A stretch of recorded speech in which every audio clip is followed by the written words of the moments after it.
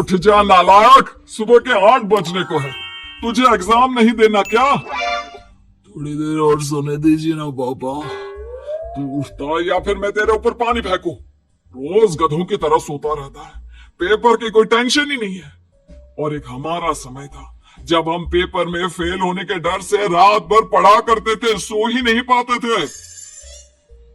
तो क्या आप उसका बदला मुझसे लेंगे? मैं 15 मिनट बाद उठ जाऊंगा, आप प्लीज जाइए, मुझे डिस्टर्ब मत कीजिए। इतना कहकर रौनक रजाई ढककर फिर से सो जाता है। तू ऐसा नहीं मानेगा, रुक, मैं अभी पानी लेकर आता हूँ। बस फिर क्या था, इतना कहकर वो भागते हुए बाथरूम में जाते हैं और पानी की एक बड़ी सी बाल्टी लाकर रौनक के ऊपर फेंक देते हैं। पानी पड़ते ही रौनक झट से उठ जाता है। ये आपने क्या किया पापा? अब तू उठेगा नहीं तो यही करना पड़ेगा ना। वैसे थैंक्स डैड, आपके कारण ना अब मुझे नहाने की भी जरूरत नहीं पड़ेगी। चलिए अब आप माँ से बोलकर मेरे कपड़े निकलवा दीजिए, तब तक मैं ब्रश कर लेता हूँ। वैसे कल ना आप एक काम और करना, नहलाने के साथ साथ मुझे ब्रश भी करवा देना। ये ब्रश करने में ना मुझे बहुत आलस आता है। रौनक की बातों से अरविंद का मुंह खुला का खुला रह जाता है। वो अपनी पत्नी कमला के पास जाता है और रौनक की हरकतों के बारे में बताता है, जिसे सुन उसकी पत्नी हंसने लगती है। तुम अपने बेटे को समझाने के बजाय हंस रही हो। रौनक बच्चा है, धीरे धीरे सुधर जाएगा, अब क्यों उसके पीछे पड़े रहते हो? अभी नहीं सुधरेगा तो कब सुधरेगा? 10वीं क्लास में है रौनक, वो अब कोई बच्चा नहीं रहा। अरविंद के इतना बोलते ही वहां रौनक भी आ जाता है। क्या डैड, मैंने आपको एक काम दिया था, वो भी नहीं हुआ आपसे। अरे क्या हुआ बेटा? माँ, मैंने डैड से बोला था कि वो आपको बोलकर मेरे स्कूल की यूनिफॉर्म निकाल दे, लेकिन मेरे पीछे पड़ने के अलावा इनसे एक काम ढंग से नहीं होता। देख रही हो कमला, देख रही हो अपने लाडले को? अरे आप चुप रहिए जी। चलो बेटा, मैं तुम्हें कपड़े निकाल कर दे देती हूँ बस। ऐसे ही साल पर साल बीतते जाते हैं, लेकिन रौनक के रवैये में कोई बदलाव नहीं आता। वो पहले से भी ज्यादा आलसी और पूरी तरह अपने माता पिता पर निर्भर हो जाता है। 2 साल बाद पता नहीं कहाँ गायब रहता है पूरे दिन, अब तक तो आ जाना चाहिए था।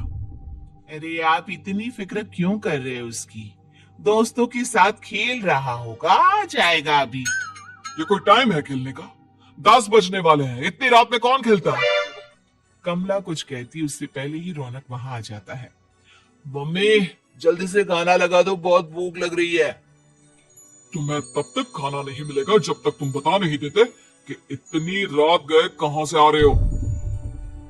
ओ प्लीज डैड, अब आप इसी पे प्रतिमन बनकर मेरे सर पर बंदूक लेकर मत बैठ जाना। अपनी फालतू की बकवास बंद कर और बता कहां से आ रहा है। माँ, अब समझाइए ना डैड को। बता देना बेटा, इनको भी तसल्ली हो जाएगी। आप बोल रही हैं तो बता देता हूं, मैं दोस्तों के साथ मूवी देखने गया था, इसलिए देर हो गई। तो तू इन सब चीजों में मेरे पैसे उड़ाता है? कभी 1 रुपया कमाने के बारे में सोचा है तूने? जब देखो हवा की तरह पैसे उड़ाता रहता है। माँ, अब आप इन्हें चुप करा दीजिए, वरना ना मुझे गुस्सा आ जाएगा। अच्छा, क्या कर लेगा? बता ना, क्या कर लेगा तू? वैसे बात तो ठीक ही है, मैं कर ही क्या सकता हूं?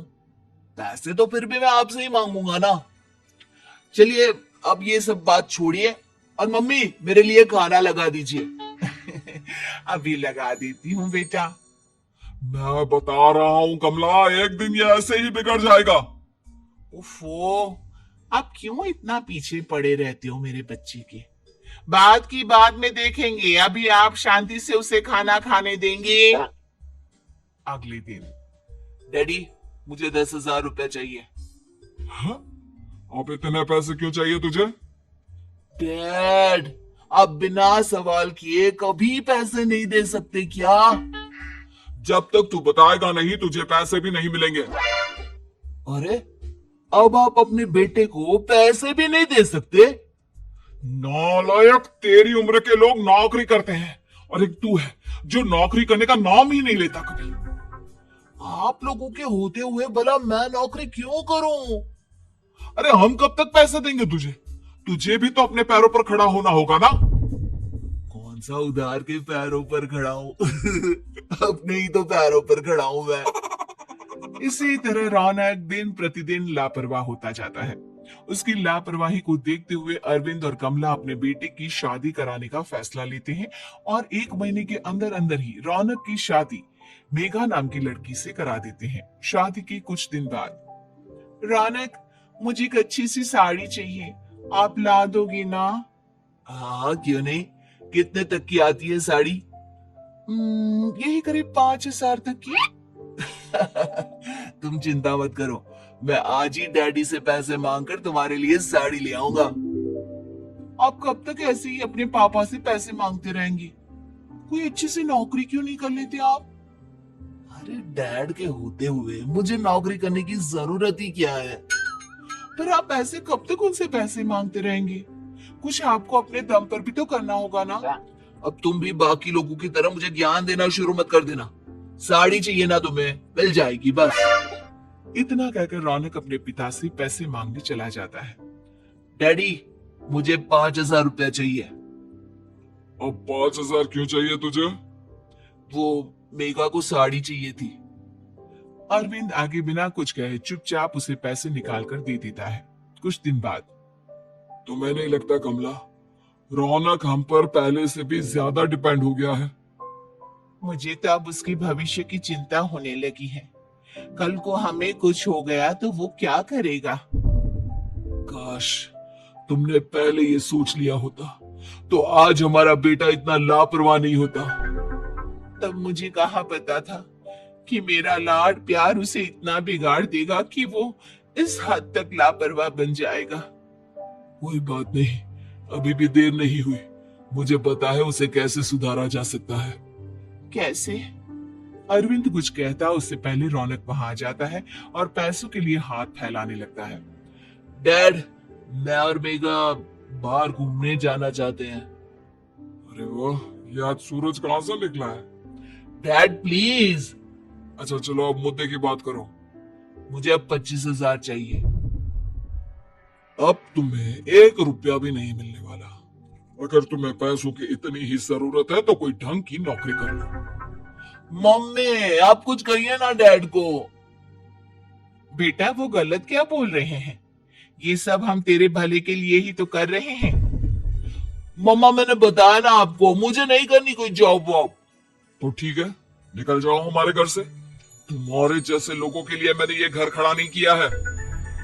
जितना ये घर आपका है ना, उतना ही मेरा भी है। मैं कहीं नहीं जाने वाला। जाना तो पड़ेगा ही तुझे, क्योंकि अब मैं तेरा कोई भी खर्चा नहीं उठाने वाला।